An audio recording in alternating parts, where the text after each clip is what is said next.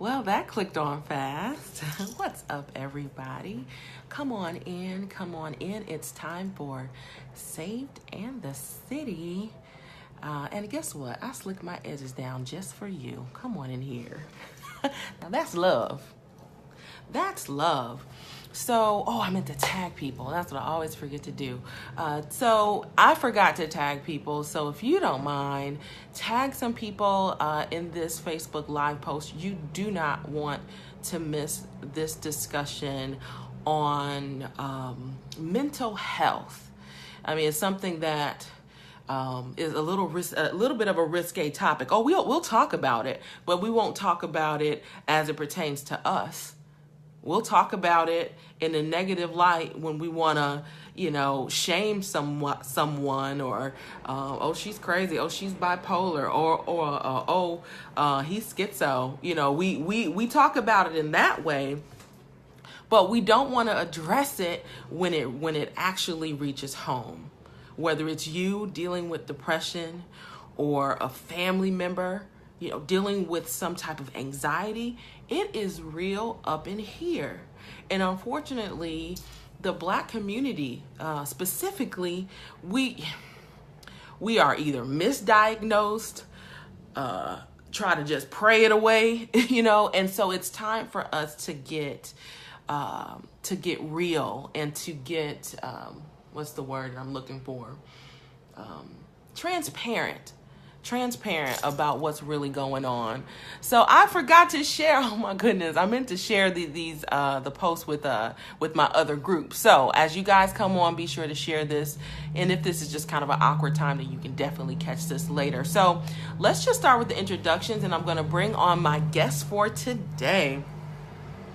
So, welcome to Saved and the City. The premise of Saved and the City is kingdom solutions for real world issues. So we talk about everything from church culture to world culture and everything in between.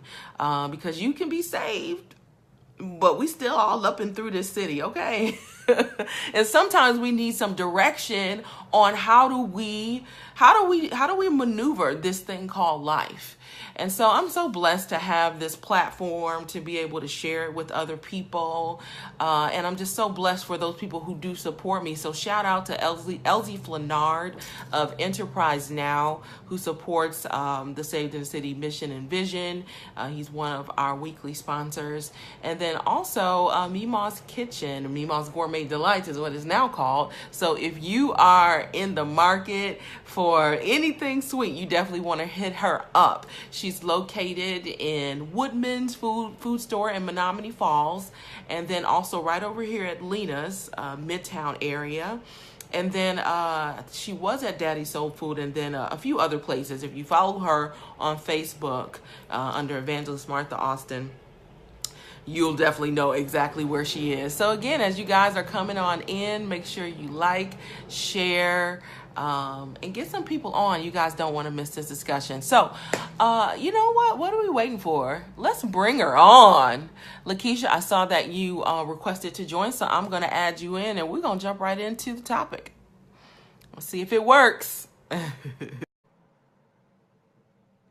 It says it's adding. So that's giving you guys some time to like, share, and tag some folks. Because we're going to get very real up in here. What I love about Miss Lakiesha Russell. Oh, hey. Hi.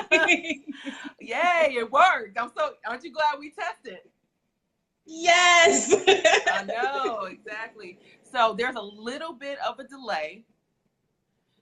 And yeah, just like that. And so, I'll be talking, and so I'll just kind of wait for your response before I kind of keep going on.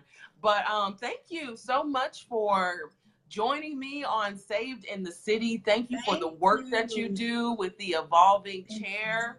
And and we met, outside of kind of Facebook, doing the work, doing the work, and so. What made me want to reach out to you kind of, I don't want to say just short notice, but, I was just scrolling down my news feed, and I came across the post about Kate Spade, which we'll get into in a little bit.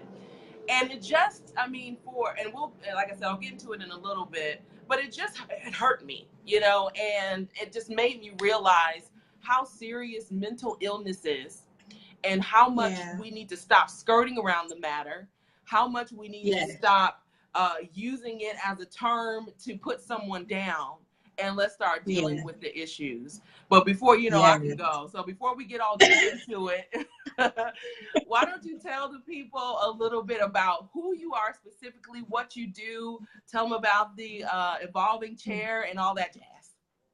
Yes. Well, thank you so much for having me on. I'm so excited. So I am Lakiesha Russell, licensed professional counselor here in Milwaukee, Wisconsin.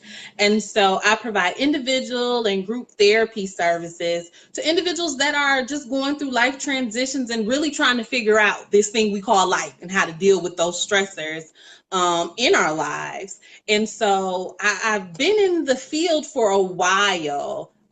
So literally I tell people since like I was like 15, because I started at the Boys and Girls Club. So I've always been in Oh. that human services arena in helping people. But I coined myself as America's mental wellness ambassador because I'm just a really big advocate on us understanding mental health and mental illness, and understanding how we just can't focus on spiritual health and physical health and not address our own mental wellness. Because people don't understand like things such as like deaths or blended families or divorces, transitioning to college, like those type of things can alter our mental health state, and sometimes can often lead to a mental health illness like depression or anxiety.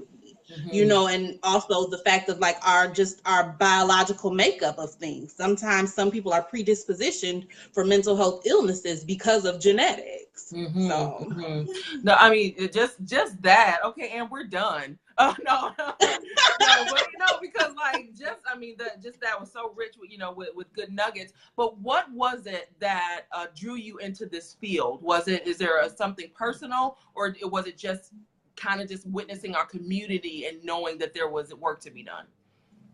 yeah, no, it was really witnessing the community and understanding the work that needs to be done, especially with our children. So having worked like an MPS for the Boys and Girls Club, wrap around Milwaukee, and always seeing that it's something deeper than what we see in the behaviors. And we got to understand the why of what we're seeing, and not just being like, well, they're acting like this or they're doing this and they know better. Sometimes they don't, because we have to think of how trauma impacts our mental wellness and our judgment and our behaviors and our thoughts, and really understanding how can we help those kids who have dealt with that kind of stuff be better in society and be more successful in their adulthood. So it was really being enriched and immersed in our community with the kids. That was just like, we got to do something more preventative or early on, and we got to really understand the why piece of it. Yeah. Talk about some of the statistics. I've been seeing you post, some things, coming up is, mental health checkup day and all of that. We'll talk about that in a little bit too. But let's talk about, the thing is, there are people that are really suffering from these ailments and illnesses. Yeah. Yeah. Talk a little bit about the statistics specifically. For sure. So just some general, I'm pretty sure some people probably already know, 1 in 5 individuals in the US are diagnosed with a mental health illness. 1 out of 3 African Americans actually seek some kind of mental health support. And 20% of African Americans are more likely to be diagnosed with a mental health illness. So just in that, we know that that's only a small nugget of who's actually receiving the support. And I know I posted statistics about even entrepreneurs and depression, and having that linkage, especially in the wake of, the death of Kate Spade. Yeah. And so I really try to have people understand, because sometimes I think people need to see the facts and then figuring out how does that all correlate with how they operate within a realm. And I also try to help people understand that 5 out of 5 people have mental health. So we all have mental health. We may not have a mental health illness, but we all have mental health. Like we all have spiritual health. We all have physical health. That's good. And it's just like a standard. You know what I mean? Yeah. No, I love that. But here's the thing. This is where, sometimes, because it's still, openly talking about it is still something that is very new for a lot of people. And then especially when you start talking to some of the older grandmothers and people like that, they don't want to have nothing to do with it. No, that boy ain't crazy. He's just whatever, But here's the thing though, where do we draw the line? Because in some cases it's mental illness, really. And then so in some cases these kids are just over medicated, and I think that's where it gets scary to me, or unless that's just a view that I have that I don't understand. No, I think you're right. I think sometimes, our babies go into the office and they're like, well, they're doing this, they're doing that. And, I've worked with psychiatrists, unfortunately, that's like, yep, ADHD or this. And it's Right. like, wait a minute, let's really look at all the facts here, because what people don't understand is like trauma behavior. So like the residual effects of trauma can come off as ADHD like symptoms. So sometimes kids don't really have ADHD alone. They may have some kind of trauma overlaying that, but it's disguised because, they're so impulsive, irrational, you know what I mean? And so people are just like, oh, ADHD, put them on medication. But it's like, no, we have to analyze the big picture, every moving piece in this kid's life, or even in this adult's life too. Because sometimes we see those adults, right? And we're just like, they know what they doing, why they acting crazy, they need to stop all that. But again, not looking at what has happened, because I work with so many adults with unresolved issues from trauma. And the thing about trauma stunts your brain development. So if you like say something happened at like 5 or 16, technically, socially, emotionally, if you haven't worked through that, you're stunted at that age. And so when we have these 30-year-olds and we see them acting like those teenagers, more than likely they're still functioning at that level. But again, people don't have that education. And so that is, I feel like our job or our obligation as clinicians and mental health professionals and advocates to be in the community educating people about that. Absolutely. You know what? Let's just move a little bit into the Kate Spade not even situation, just kind of shocker for the world. And I just wanted to read a little bit, just so it's not just us just saying what happened. This is literally from the New York Times. And again, it's Kate Spade, and it was the New York Times that said,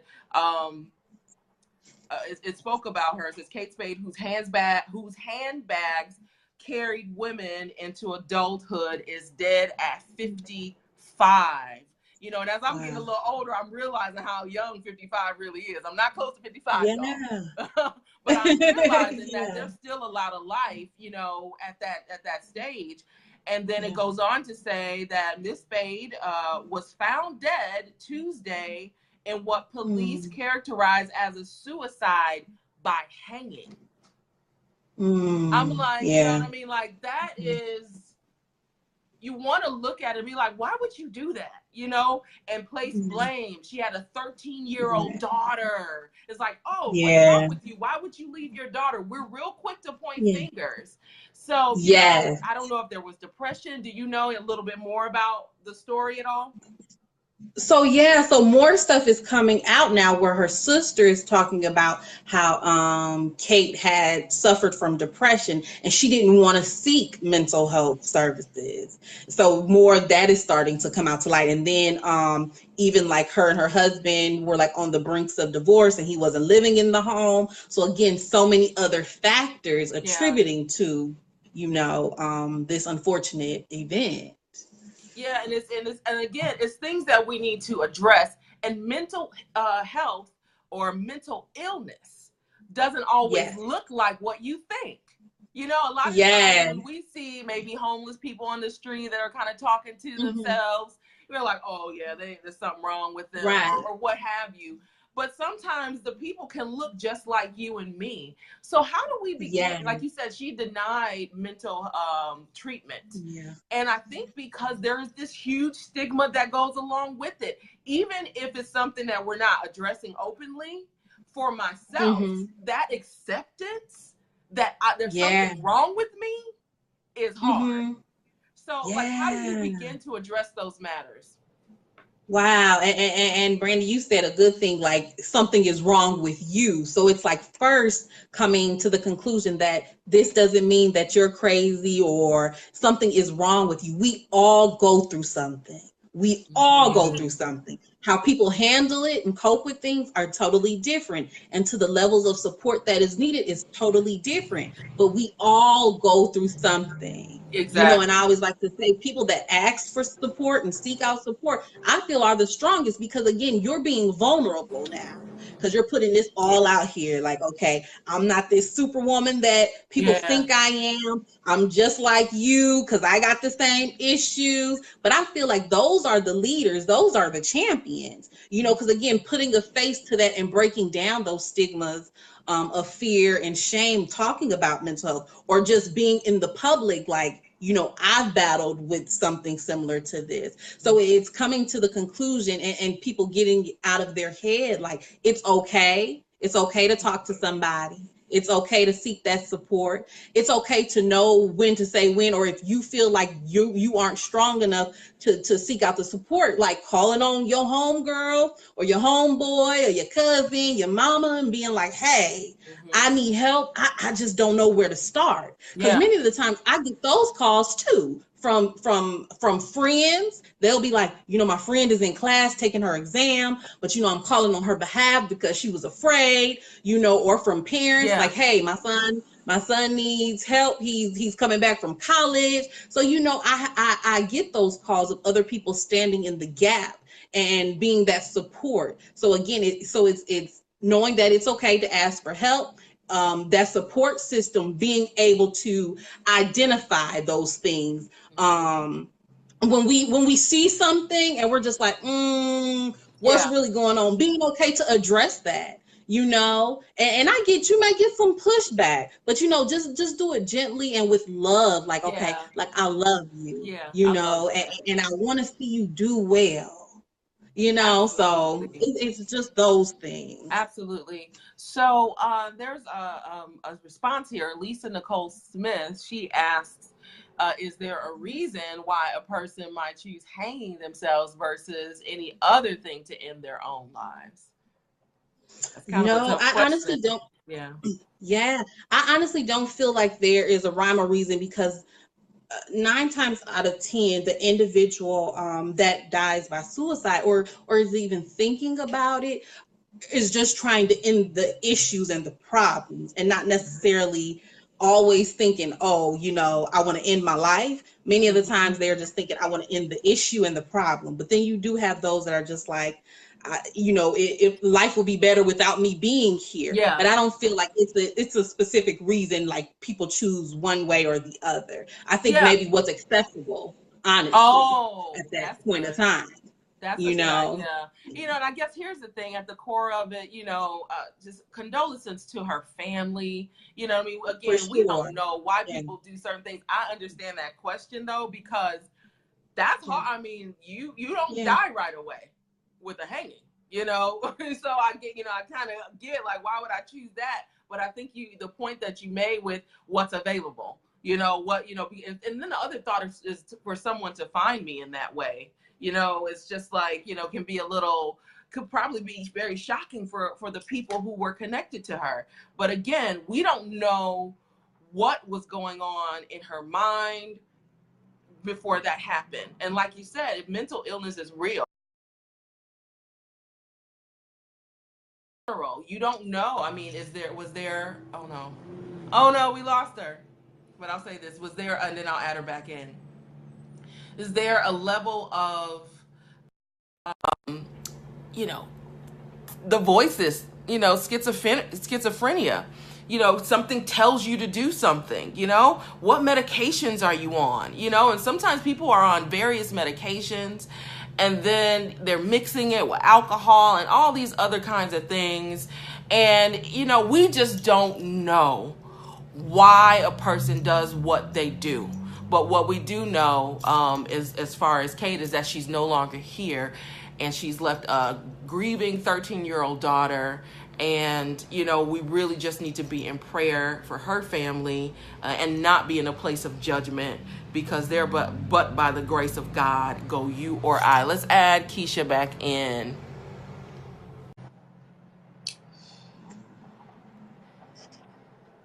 Okay. Come on for the scenery. Right. Yes. I was You like, better wait a show us minute, where what you are. happened? I don't know. It's the system here. I'm just like, what? It's all good. But yeah, what I was saying towards the end, I was like, okay, you trying to rub it in? No, we ain't where you are in the hotel. But it's all good. No, but the last thing I was saying was just in regards to Kate, you know, because it's, you know, we just as human, it's human nature. And so I really want to be sensitive with that, you For know. sure. Definitely. We want to talk about how we know, you know, this is why she did this and this, you know, and really, like I said, there's a 13-year-old girl that's left here to grieve her mother. We just need to be in prayer. For sure. We wait, sidebar. Lisa Nicole said, yes, Scott. Yes, I'm in Atlanta. But yeah, well, let's just, like, I'm laughing, you know, but at the same time, like, in all seriousness, that's a tragedy. It's a tragedy, you know. And the thing is, what I want, this is why I wanted to have the show, and then, you know, we'll share it, you know, even afterwards, because I want people to see this, is because it doesn't have to be your fate. You know, let's identify what these root causes are, and let's get healed, you know. And like you said, you said 5 out of 5 people deal with mental health, you know. We're all in it. Exactly. So this is what I wanted to kind of move into, you know, as it pertains to the church.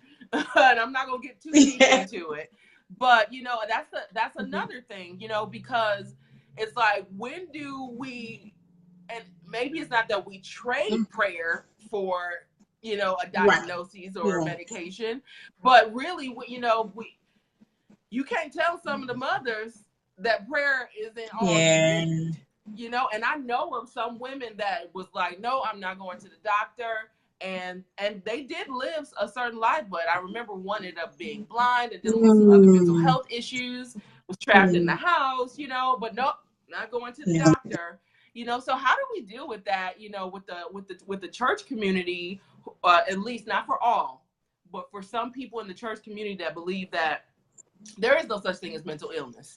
You got a spirit on you. You got, you know, it's something else. Like, how do we? Man, you know, and I feel like, wow. Yeah. So I think even just like in the timing of like the event I'm doing, like, again, it was all succinct, where like my bishop has been like preaching several sermons within the past several months on depression, literally on depression, you know. And so again, when you have a leader at the forefront, right, that's talking about doing the work and what the work may look like in tandem with your faith, so you can start healing with things, I think that gives it a different air, so to speak. So I think if we have those leaders in place that are willing to be those advocates to talk about doing the practical, right? Because we ain't just like, I got faith and I'm waiting on God to do the work. We got to do some work in tandem with that. So the church understanding that with your faith, you got to do some work.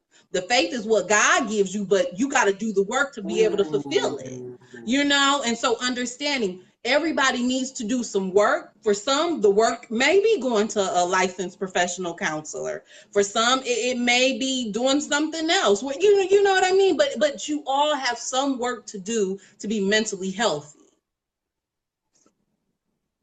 I love it. And I mean, that's perfectly said. The leaders need to get involved. We are going to, I mean, your members are going to follow suit. You know, if you're telling them, no, don't worry about it, just pray it away. I mean, because there's some people, I mean, when you're dealing with cancer, you know, when you're dealing with any other physical ailment or physical issue, we're saying, okay, you need to get checked up. Like you said, it's the same thing with mental health. So let's talk a little bit about the event you have coming up, June 30th.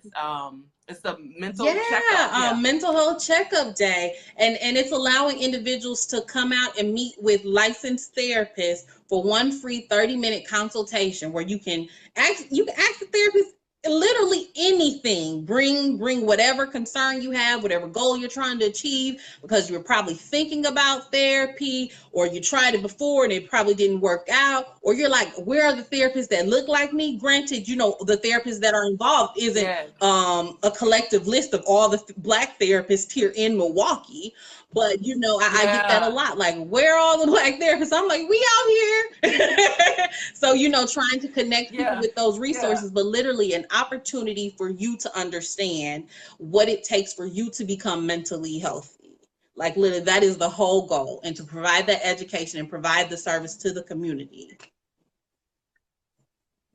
And it's at the Destiny Yes, Plaza, right? So my church is partnering with me with this event. And so again, having it at the forefront, like, we stand by this and what you're trying to do for the community, I think has made a big impact. So yes, at Destiny Youth Plaza, it's Saturday, June 30th from 9 a.m. to 12 p.m. And you do need to pre-register, and you can pre-register by going on my website at www.theevolvingchair.com.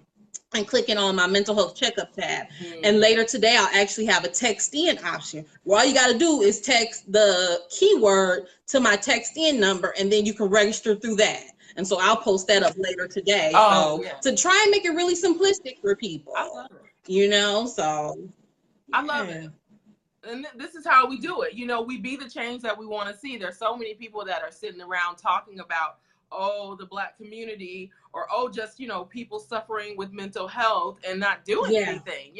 At some point, like you said, we got to do the work. Get off Facebook. Like, this is a great place to connect and network and share and get your resources out there. But then what's next? Like, come from behind the phone and the camera, get out in the community and do the work. Thank you for doing the work.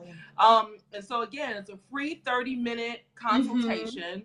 And then, now listen, I'm new to the mental health, new to understanding certain things, because I'm with disabled people as well. But when you said 5 dope therapists, I was like, therapists for people. But no, you said they dope. Like they cold, they the bomb. Oh, did I say cold? I'm old. Because I don't even know what the people say now. Like, they lit. I know. I should have been like 5 lit therapists. Then they like, what? Turn down for, they gonna come for the wrong reason. And then, and you said community resources. So here's the thing, you can go down there. Yes, mental health is a serious concern. Mental illness is a serious issue, but we can come together and leave with understanding and clarity and have real joy in our lives. We don't have to cover it up. That's the thing. And I think that's what has people so tired, because we're walking around with these masks. And I like that picture that you put up of yourself. It was like you kind of like to the side, but then you had all of these words around you. Talk about the kind of the concept, maybe explain the picture and talk about the concept. So the picture, honestly, it stems maybe 3 weeks ago. I held an I'm Every Woman session here in Milwaukee that focused on the Black Superwoman syndrome, that many of us succumb to just as being as Black women. We feel like we got to wear the world on our shoulders and we got to do every single thing by ourselves. And people not understanding, when we take on that persona, what are we pushing at bay? What are we sacrificing of our own selves in terms of putting ourselves first? Because sometimes when we think of putting ourselves first, what we think of, we're being selfish. And that's called self-care, because you can't do everything and you need to start saying no and setting those boundaries. And so the picture was just a reflection, because the top were quotes that I've heard from people. And even myself, I've thought those things like, well, shoot, if I just say yes, this will make them like me. I don't want to disappoint this person. I got to do it. I'm the only one that can do it. And then on one side, it's like, okay, so when you're in that thought frame, what are those things that you are putting at bay and you're kind of dismissing, which is healthy relationships, peace of mind, practicing self-care. And then on the other side, what are those things that can arise when we don't take care of us and we're feeling like we're not good enough and we have to fulfill all these roles to please all these people but ourselves? That can cause depression, anxiety, so people really understanding the point of that. So that was the whole remnants of the picture, because I had then did a podcast session on it for people that weren't able to attend the I'm Every Woman session. So the podcast that's the Evolving Chair podcast. Correct.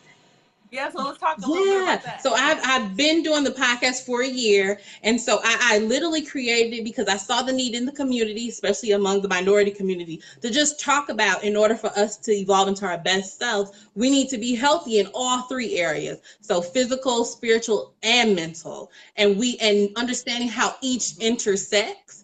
And so, of course, I go a little heavier, more so on the mental health pieces, because that's the piece that people seem to always forget about, and just focus on the other two. And it's like, but in order for you to be this bomb entrepreneur, this bomb wife, mama, granddaddy, daddy, like, we got to get a sound mind. We got to get our minds right. So that was like totally the catalyst for creating the Evolving Chair podcast. So I've had like, pastors on there, medical providers, other clinicians on there, community individuals on there sharing their stories of their own mental health journey. So, yeah.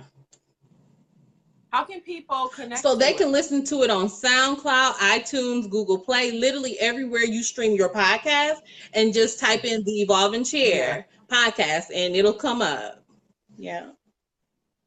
I love it. I'm about to be all up and through. Not that I was already kind of up and through, but now I'm about to be there even more because, like I said, I deal with a population of people who suffer from, I don't want to say suffer, but they, some people are maintaining mental illness or even physical disabilities. And I know the challenges, because sometimes the physical disabilities lead to mental disabilities because of, just the back and forth of it all.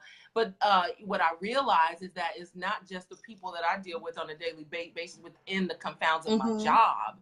I mean, we have people that are just all around us. And I think I just kind of want to kind of push home the other thing that you said, because some people really do believe that it's only hereditary, that if my mother was depressed, then that's an issue that I may have.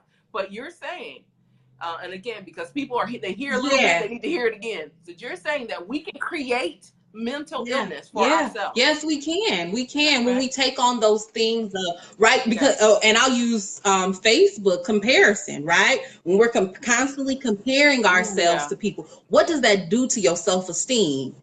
It tanks it down. And so what that creates, those ruminating thoughts where you're anxious and second guessing yourselves, like, oh my gosh, am I good enough? Like, what should I be doing? And if we're always having our eye on this other person, that is anxiety producing. And then when you aren't living up to this standard that you've set because you've looked at somebody else, you can start having the depressive like symptoms. Now you're just feeling like you're not good enough, you're not worth enough, you will never achieve anything.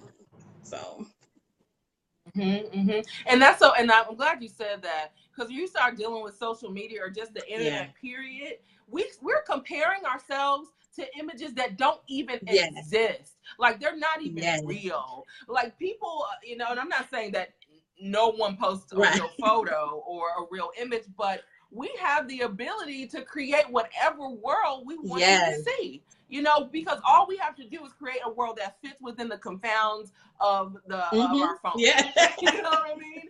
So, so it's a real thing, and we really need to be very intentional about what we're looking at. Lisa, I was loving you, Lisa, for the comment. She says we need to remember that we control our image on FB. That's exactly what I'm saying, sister. Absolutely. And so here's one other question, and then we'll, get some final thoughts. Once diagnosed, let's say I was diagnosed with depression or anxiety or whatever, is that a life sentence? Can I be healed from that, or is that something that is always with you? I think it will be something that is always with you, but then I think that's where, when we have those diagnoses, we understand those triggers and those things that allow it to creep up and onset. Because you may go through a season where you're feeling depressed, and then you are able to come out of it, right? And now you're like at your baseline, and you're just going and coasting through life. But then something may come along that triggers that to come up out of you. And so I think it comes back to more of that education and knowing those triggers that can have those illnesses erupt, more so anxiety and depression. Yeah, no, that makes sense. So any final thoughts or parting thoughts for those people that are just joining in regards to just mental health awareness? And I think you said there was a term that you used that I think you said making the uncomfortable comfortable. Yeah. Or like the uncomfortable. So making the uncomfortable comfortable, because people cringe. I remember when I would have like booths at events, and I'll be like, I'm an advocate about mental health. People are like, oh, I ain't got the issue. And I'm like, but you do know you got mental health, right? You may not have a mental health illness, but you got mental health, and you got to take care of it. But okay. So people understanding the difference of mental health and mental illness, and being okay with talking to somebody. Again, that doesn't mean you're crazy or you're different, because again, we all go through something. Everybody handles things differently, but we all go through something. So understanding those key things, and then too, even to the piece of if you have had a loved one that has died by suicide, understanding that it's not your fault, because many of the times we can't stop that, and so for people not to take that on, for sure, and just to know that it's okay to seek out help, and just to talk about it. Just talk about it and ask questions. I tell people, you can ask me whatever question you want to ask me. There's no dumb question as it relates to mental health, like none. I love it. So again, the National Mental Health Checkup Day is happening on June 30th, 9 to 12 p.m. at the Destiny Youth Plaza. And they can meet you there. You'll be all yes. And so after they pre-register, I'll kind of like set them up with a therapist, and they'll have like their meeting time, so they can come in at that time to meet with that therapist and get some community resources and ask us questions. So I'm just really excited, because also I had another therapist from North Carolina reach out to me, and she wants to create it there. So we'll be taking it to North Carolina. So I'm excited. I love it. Yes, and that's why I think that's the next step. Okay, let's take it around the world, because again, if we don't start dealing with these issues head on, that's been like in my spirit for the whole week. It's like dealing with our issues at the core, because we're walking around with these masks and then wondering why we're still hurting or still dealing with, and then we pass it on to other people. And we don't understand how, when we don't heal from something, how then we're passing it on to the next generation, which is our children, then our children's children. Like you said, it's just going to be a cycle. So we got to start healing in order to start having healthy kids. So, and a healthy community. I'm obsessed with you. I love you. This is Lakiesha Russell, LPC, founder of the Evolving Chair. Thank you so much for joining us today. Again, tell them one more time how they can stay just connected to you, your podcast, and everything. Yeah, so you can go subscribe to my podcast on SoundCloud, iTunes, Google Play, literally everywhere that you stream your podcast, and type in the Evolving Chair podcast. You can connect with me on Instagram at the Evolving Chair, or LRussell13 on Twitter, at the The Evolving Chair without the R, because Twitter won't let me be great. But on Facebook, you can like and join my Facebook group, The Evolving Chair group, and as well as like the page, The Evolving Chair. So yes, yes. I love it. Okay, well, we will definitely be talking Yes. again. I will be at the mental checkup event happening on June 30th. Yay! Absolutely. I'm going to get some people to come out. Yay! I'm like, I'm bringing Yes. folks. Like, let's just go. I'm excited. Yes. Yeah, so I'm going to let you go. I know you are out of town. Go and enjoy Atlanta or whatever Yes. you're doing there. Thank you. And we'll All talk right, again. bye. Bye.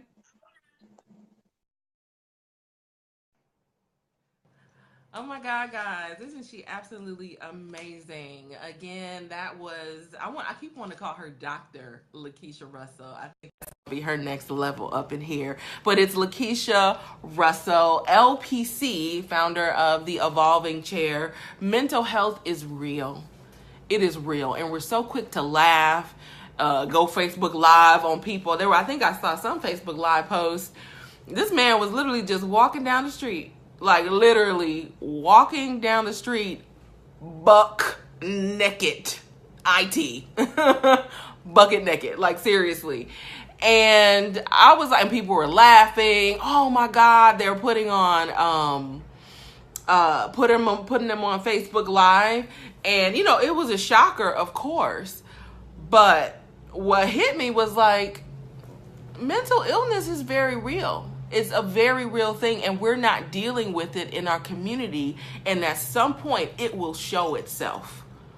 It will show itself. So make sure you get to the National Mental Health Checkup Day, again, happening on June 30th, 9 to 12 at the Destiny Youth Plaza.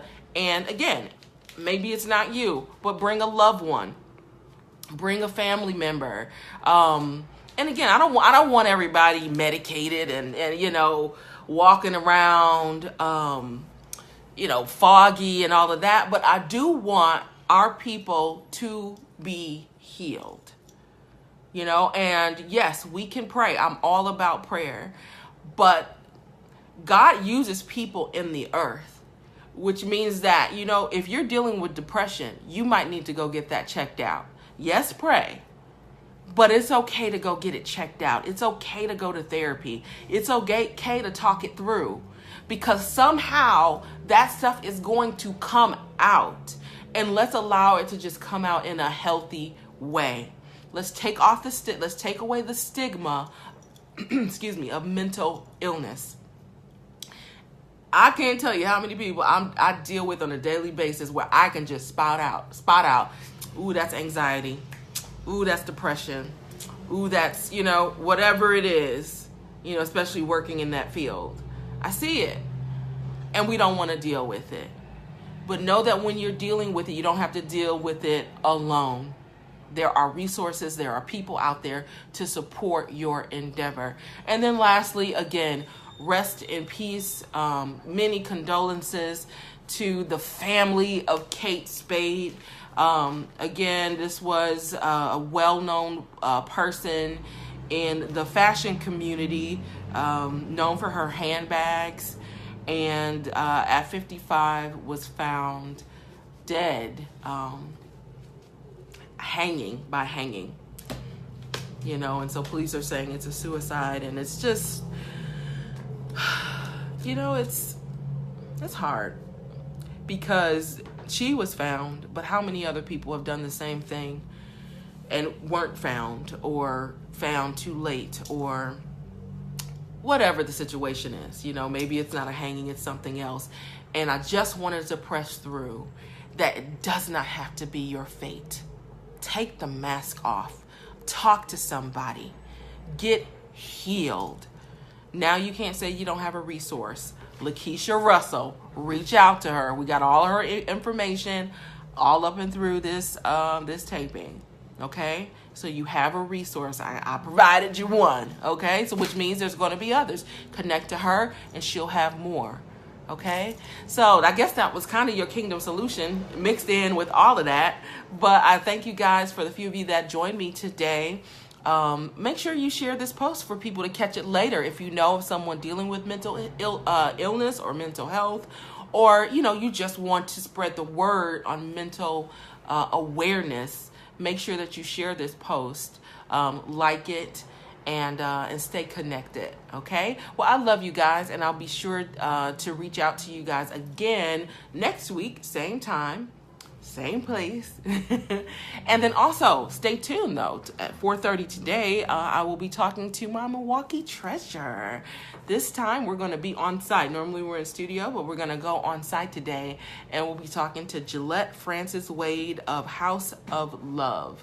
So make sure you guys tune in with me at 4:30 today on Facebook Live right here. All right, love you guys, and until 4:30, be encouraged.